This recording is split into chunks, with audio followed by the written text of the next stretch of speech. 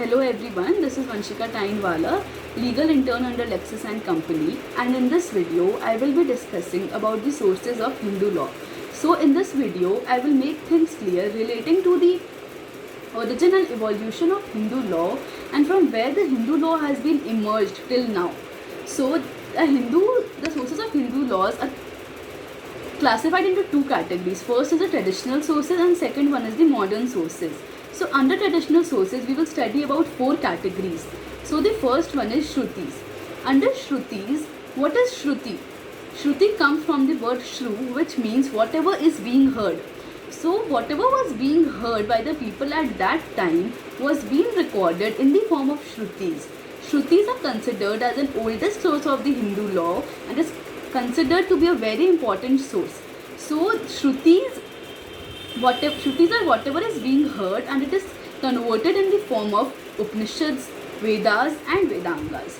Coming on to the next source is Smritis. Smritis means whatever is being remembered. Smritis are that sources of law which is compiled as being remembered by the people. Smritis are divided into two categories. First is Dharam Shastras and second is Dharam Sutras.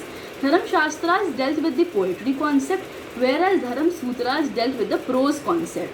So Dharam Shastras, under Dharam Shastras and the Dharam Sutras, the Gautama discussed about criminal laws, civil laws, marriage laws, guardianship laws and inheritance laws. And here the Bodhayana discussed 8 kinds of marriages and 12 kinds of sons. Under Dharam Shastras, the Manu Smriti we all know. Manu Smriti is the very oldest source of law, and here the father Manu was known as the father of law. Also in Smriti, efforts have been taken by people regarding the widow woman marriage, the laws of procedural laws, civil laws and criminal laws, etc. The next source we will study is commentaries and digests. Commentaries and digests are also known as Nibandhas in Hindi. So whatever was laid down in Shrutis and Smritis, the commentators tried to interpret in the form of commentaries and digests in order to bring it into harmony with the customs and usages at that time which was prevalent in the society. So the next source which we will study is customs. Customs are the usages which are followed since time immemorial. Customs are the practices that are followed in any district, any family, any society for a time which is immemorial, from a very long time. Custom cannot be made in one or 2 days or 1 week or 1 month. It is from hundreds or thousands of years. Then it becomes a custom. So for a valid custom, there are some requirements. First is the custom should be inconsistent with the laws. Second one is the custom shall be reasonable in nature and the custom shall be compulsory observed by that group of society, that group of people. The custom should be in continuity and it should be antique in nature. The custom shall be practiced from an immemorial time.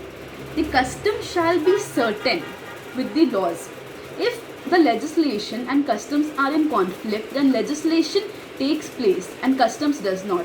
That is, legislation prevails over the customs because legislations are made by the parliament and they are to be followed by every citizen of India. So customs does not require the legislative enforce, but if there is conflict between legislation and customs, then legislation prevails. So the next sources we will discuss, this was all about the traditional sources of Hindu law. Now we will come upon to modern sources of Hindu law. So the first modern source of Hindu law is equity and justice. Nowadays the judiciary focuses on equity and justice while giving the judgment. So what is equity and what is justice? Equity is the fairness in dealing and justice is based on the judicial system which is based on equity and good conscience. So the first source is equity and justice, which is followed by the judicial system. The second one is precedents. What are precedents? Precedents are the judgments that are laid down by the higher courts and precedents becomes a binding force for the lower courts to follow.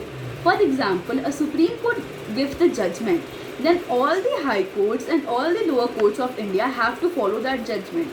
But for example, High Court of Maharashtra gave the judgment, so all the lower courts and all the district courts of Maharashtra state have to follow that judgment, and it will be legally binding upon all the lower courts.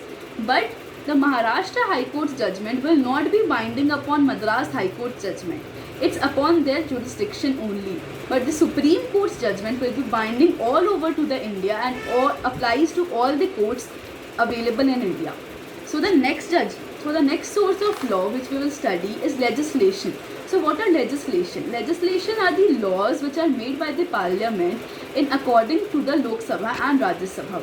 So in Hindu law there are 4 legislations. First is the Hindu Marriage Act 1955. Second is the Hindu Succession Act 1956. Hindu Adoption and Maintenance Act 1956 and Hindu Minority and Guardianship Act 1956. Legislations are important because they provide us the codified law, and people can be made aware about laws more by writing it and not by orally. So codified laws provide more certainty and clarity about the provisions of the law rather than uncodified laws.